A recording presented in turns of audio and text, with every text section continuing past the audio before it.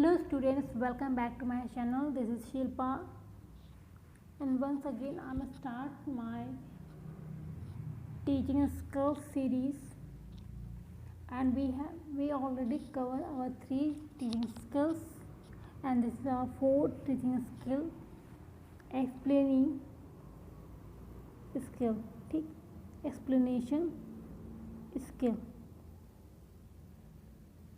जैसे कि हम सभी जानते हैं कि as a teacher explanation skill बहुत ही इम्पोर्टेंट है, क्योंकि हमें बच्चों को एक्सप्लेन करना ही एक सबसे बेहतरीन स्किल्स होती है टीचर्स की। जो बच्चों को समझ में नहीं आ रहा है उसको बहुत ही ईज़िली हम समझा सकते हैं। ठीक है, तो हर एक टीचर का एक यूएसपी पॉइंट होता है टीचिंग स्किल्स कि बच्चों को कितना ईजिली वो एक टफ से टफ टॉपिक को भी समझा सका। ठीक है, तो यही सब चीज़ें हमारे बीएड के करिकुलम में या बीटीसी के करिकुलम में ऐड होती हैं, ताकि जो इंडिविजुअल पर्सन है वो एक बेहतर टीचर कैसे बन सकता है। ठीक है, पढ़ाने का तो हर कोई पढ़ा सकता है, बट श्योर गारंटी के साथ कि जो उसने पढ़ाया है बच्चों को समझ में आएगा ही आएगा। एटलीस्ट 50% तो समझ में आएगा ही। उस चीज़ की श्योरिटी देते हैं ये मैक्रो टीचिंग के अंदर आने वाले टीचिंग स्किल्स। तो उसी का एक ये 4th स्किल्स है, एक्सप्लेनेशन स्किल। ठीक है, इसके कुछ सब कंपोनेंट्स हैं जिसको हम 1 बाय 1 कवर करेंगे। तो जो हमारा पहला कंपोनेंट है वो है यूजिंग अप्रोप्रिएट। जो हमारा पहला कंपोनेंट है वो है using appropriate introductory statement and concluding statement. ठीक है, क्या मतलब है इसका?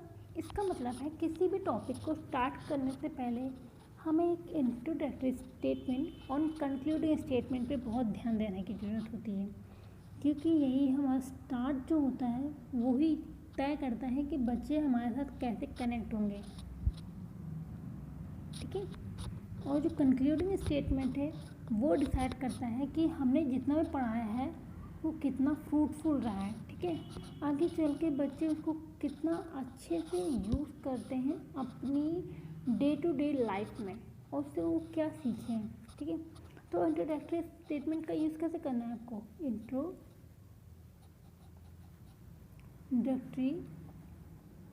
स्टेटमेंट। ठीक है, फॉर एग्जाम्पल हम हाइड्रोजन पढ़ा रहे हैं। ठीक है, तो हम इंट्रोडक्टरी स्टेटमेंट में ऐसा कुछ उन्हें बता सकते हैं जिसके बारे में बच्चे ऑलरेडी जानते हों। ठीक है, हाइड्रोजन मीन्स हम बहुत कॉमन एग्जाम्पल है सन का। ठीक है, तो हम सन के बारे में उन्हें बता सकते हैं कि उनमें जो हीट होती है, जो एनर्जी होती है वो कहाँ से आती है और कैसे फॉर्म होती है। तो उसके लिए हम उन्हें एक स्टेटमेंट दे सकते हैं, जैसे कि the energy in the form of heat and light is release by the sun when two heavy hydrogen atoms fuse to form a helium atom.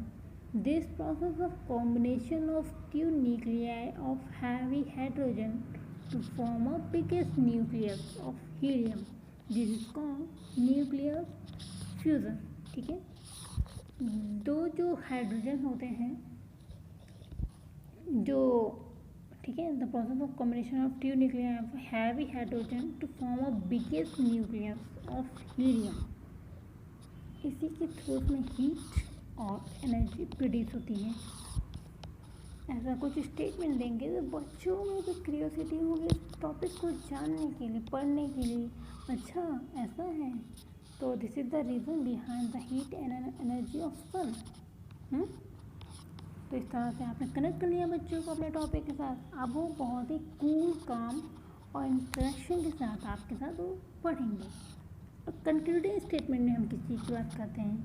Concluding statement में हम बात करते हैं अब तक जितना भी टॉपिक या सब पॉइंट आपने उस टॉपिक में कवर किए हैं वो क्यों किए हैं, उसके यूजेस क्या हैं।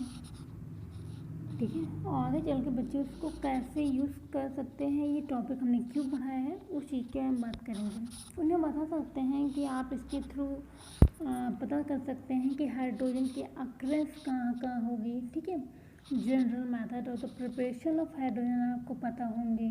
ठीक है, laboratory method for the preparation of hydrogen आपको पता चलेगा। इससे फिजिकल एंड केमिकल प्रॉपर्टीज आपको पता चलेंगी इस टॉपिक को पढ़ने के बाद, और हाइड्रोजन के यूसेस पता चलेंगे। ठीक है, तो आपके कंक्लूडिंग स्टेटमेंट्स होगा, और बीच बीच में आप उन्हें इसी तरह के से जो हमारा कंक्लूडिंग स्टेटमेंट है उनको ध्यान में रखते हुए उन्हें पढ़ाते रहें। क्या मेक श्योर करें कि जो भी आपके कंक्लूडिंग स्टेटमेंट है सारे कवर हो रहे हैं कि नहीं। ठीक है, अब हमारा सेकेंड पॉइंट आता है एक्सप्लेन लिंक, मतलब किसी चीज़ को एक्सप्लेन करने के लिए हम किन किन चीज़ों का इस्तेमाल करें। लिंक्स क्या क्या हैं उनके, लिंक्स मतलब एग्जाम्पल।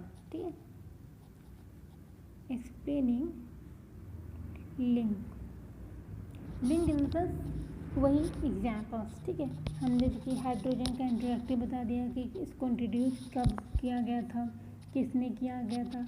रॉबर्ट ने इसे इंट्रोड्यूस किया था 1672 में, बट हेनरी ने इसे फिर से प्रिपेयर किया 1766 में। उन्होंने ये भी बताया कि जब भी हाइड्रोजन को बर्स्ट करते हैं एयर में, ठीक है, तो ये वाटर फॉर्म करता है, और वाटर बनने का सबसे बड़ा रीज़न हाइड्रोजन मॉलिक्यूल्स ही है। ठीक है, ऐसा भी हम उन्हें बताते रहेंगे।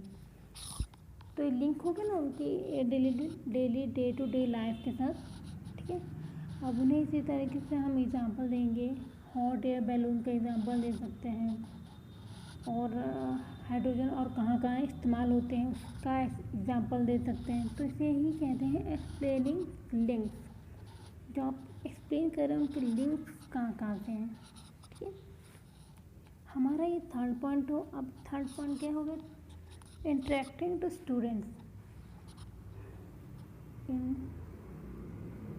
Interacting to students. ठीक है, जैसे कि हम सभी जानते हैं वन वे कम्युनिकेशन कभी भी फ्रूटफुल नहीं रहता है। ठीक है, तो टीचिंग के वक्त टू वे कम्युनिकेशन हो तो ज़्यादा ही बेनिफिशियल रहेगा।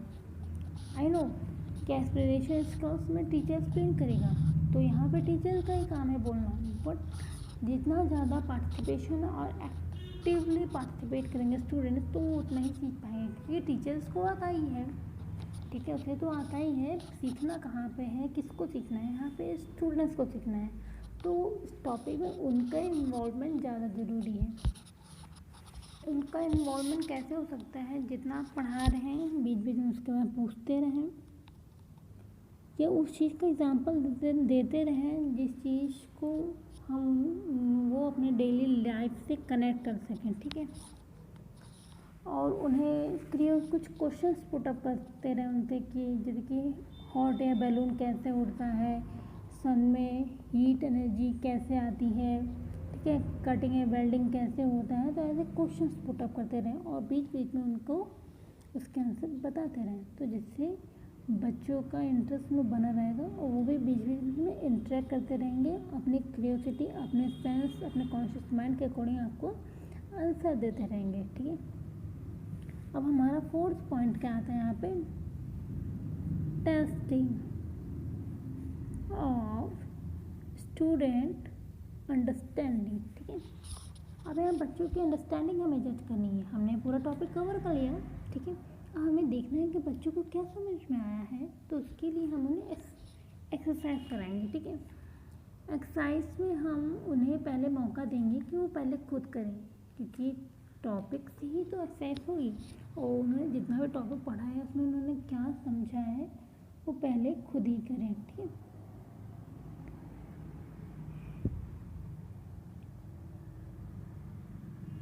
जैसे कि हम उन्हें true and false, match the column, ऐसे कोई भी क्वेश्चन पुटअप कर सकते हैं एक्सरसाइज का। फॉर एग्जाम्पल हम उनसे पूछ सकते हैं a matter which float on the surface of cold water and react with its to form hydrogen gas. ठीक है, कि कुछ भी ऐसा मैटर जो कोल्ड वाटर के सरफेस पे फ्लोट करता है और फिर उसके बाद रिएक्ट कर जाता है। ठीक है, वो बनाता क्या है, हाइड्रोजन गैस। तो मैटर कौन सा है, बच्चों ने पढ़ा है। ठीक है, जब उन्हें हम प्रिपरेशन पढ़ा रहे थे हाइड्रोजन की, तो इस बारे में हमने उन्हें बताया, लेबोरेटरी प्रिपरेशन की तो हमने उन्हें बताया है इस बारे में कि हाइड्रोजन किस किस तरीके से फॉर्म होते हैं, तो उसमें ही पॉइंट आया था। अगर बच्चों ने अच्छे समझा होगा तो बता लेंगे। ठीक है। वो एल्यूमिनियम बोल सकते हैं, जिंक बोल सकते हैं, मैग्नीशियम बोल सकते हैं, कैल्शियम बोल सकते हैं, सोडियम बोल सकते हैं। तो बच्चे तरह तरह के जवाब देंगे, बट आपको उन्हें जो गलत आंसर दे रहे हैं वो नहीं है, और जो सही आंसर है वो क्यों है, उसको उन्हें बताते हुए आगे प्रोसीड करना है। ठीक है, इस तरह से उन्हें उनकी एक्सरसाइज को कंप्लीट करवाना है, पहले उन्हें मौका देके। ठीक है, और हमारा फिफ्थ पॉइंट आता है यहाँ पे, covering essential points. Essential points वही कंक्लूडिंग पॉइंट्स की हम यहाँ पे बात कर रहे हैं। ठीक है, कि जो इस टॉपिक के जो मेन पॉइंट्स थे, जिसके उनकी प्रिपरेशन हो गया, यूज़ हो गया उनका, chemical properties, physical properties, occurrence, hydrogen का टेस्ट वगैरह, लेबोरेटरी प्रिपरेशन। ठीक है, ये सारे इम्पॉर्टेंट पॉइंट्स थे और इन सबको कवर करते हुए हमें पढ़ाना है। ठीक है बच्चों को, इनको मिस आउट नहीं करना है। तो ये सारे हमारे कॉन्सेप्ट, ये 5 पॉइंट्स हमारे कौन से थे, डिज़ायरेबल बिहेवियर के थे। अब कुछ पॉइंट ऐसे भी हैं तो अनडिज़ायरेबल बिहेवियर है, जो हमें टीचर को कभी नहीं करने होते हैं। वो कौन कौन से हैं, इररिलेवेंट स्टेटमेंट। ठीक है, इररिलेवेंट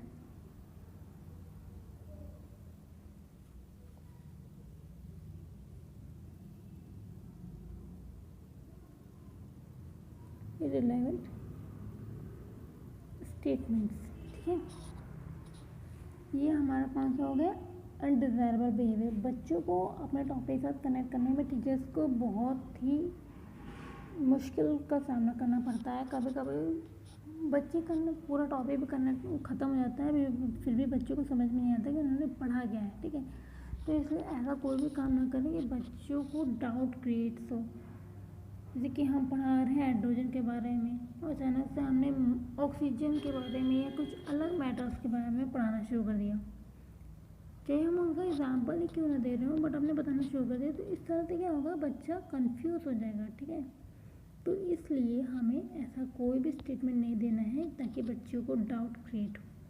ठीक है, और हमारा सेकंड पॉइंट रिलेवेंट बिहेवियर में कौन कौन सा होता है, lack of continuity, lack of continuity. ठीक है, मतलब टॉपिक को बीच बीच में ब्रेक करके नहीं पढ़ाना है, आपको एक टॉपिक को पूरा एक दिन में कंप्लीट कर देना है। जैसे कि आपने इंट्रोडक्शन पढ़ा दिया, अक्रेंस पढ़ा दिया। ठीक है, तो जो method of preparation of hydrogen आप पढ़ा रहे हैं तो उसको पूरा एक दिन में कंप्लीट करिए, फिर उसको भी ब्रेक मत करिए, अदरवाइज जो फ्लुएंसी होती है, कॉन्टिन्यूटी होती है, वो ब्रेक हो जाती है बच्चे की, फिर से प्रॉब्लम आती है तो फिर से कनेक्ट करने में और समझने में। ठीक है, तो ये टीचर्स को नहीं करना है। थर्ड पॉइंट हमारा क्या आता है, लैक ऑफ फ्लुएंसी। जैसे कि मैंने बताया कि हर एक पॉइंट को सब पॉइंट के साथ कनेक्ट करते हुए पढ़ाना है। इंट्रोडक्टरी में पढ़ाया, अक्रेंस पढ़ाया, preparation of hydrogen in lab पढ़ाया। ठीक है, उसके बाद उनके यूजेस पढ़ाए, फिर टेस्ट पढ़ाया। ठीक है, केमिकल एंड फिजिकल प्रॉपर्टीज पढ़ाई। तो इन सभी चीज़ों को एक दूसरे से लिंक करते हुए, कनेक्ट करते हुए ही हमें पढ़ाना है। ठीक है,